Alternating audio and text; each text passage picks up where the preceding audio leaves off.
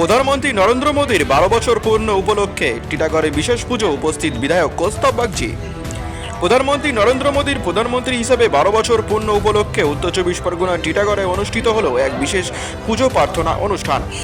বুধবার সকালে টিটাগড় থানার মোড় সংলগ্ন এলাকায় ঝর্ণার ও মিষ্টান্ন ভাণ্ডারের পাশে অবস্থিত শিব মন্দিরে কর্মসূচি আয়োজন করা হয়।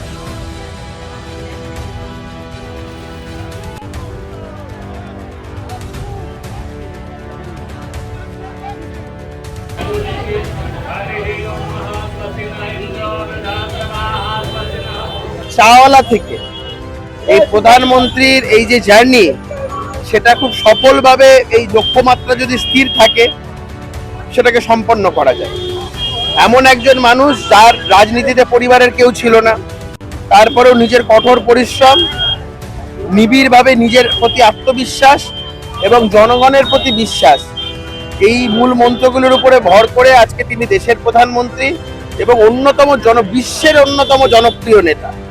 আজকে নরেন্দ্র মোদীজির জনপ্রিয়তা শুধুমাত্র ভারতবর্ষের মধ্যেই নেই, বিশ্বের মধ্যে তিনি একটা আলোড়ন সৃষ্টিকারী একজন প্রধানমন্ত্রী। ঈশ্বরের কাছে আমরা প্রার্থনা করেছি তিনি যেন দীর্ঘায়ু হন, তার যেন শতায়ু হয়, তিনি যেন দীর্ঘদিন ধরে আমাদের মধ্যে থেকে আমাদের এইভাবেই যেভাবে তিনি দেশকে সেবা করে চলেছেন, যেভাবে দেশকে পথ দেখিয়ে চলেছেন, তিনি যেন এইভাবেই আমাদের পথ প্রদর্শন করে যান।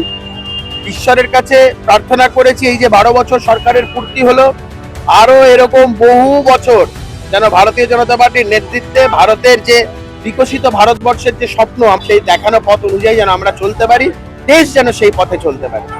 মোদিজিকে ধন্যবাদ জানাবো, মোদিজিকে আন্তরিকভাবে শুভেচ্ছা জানাবো।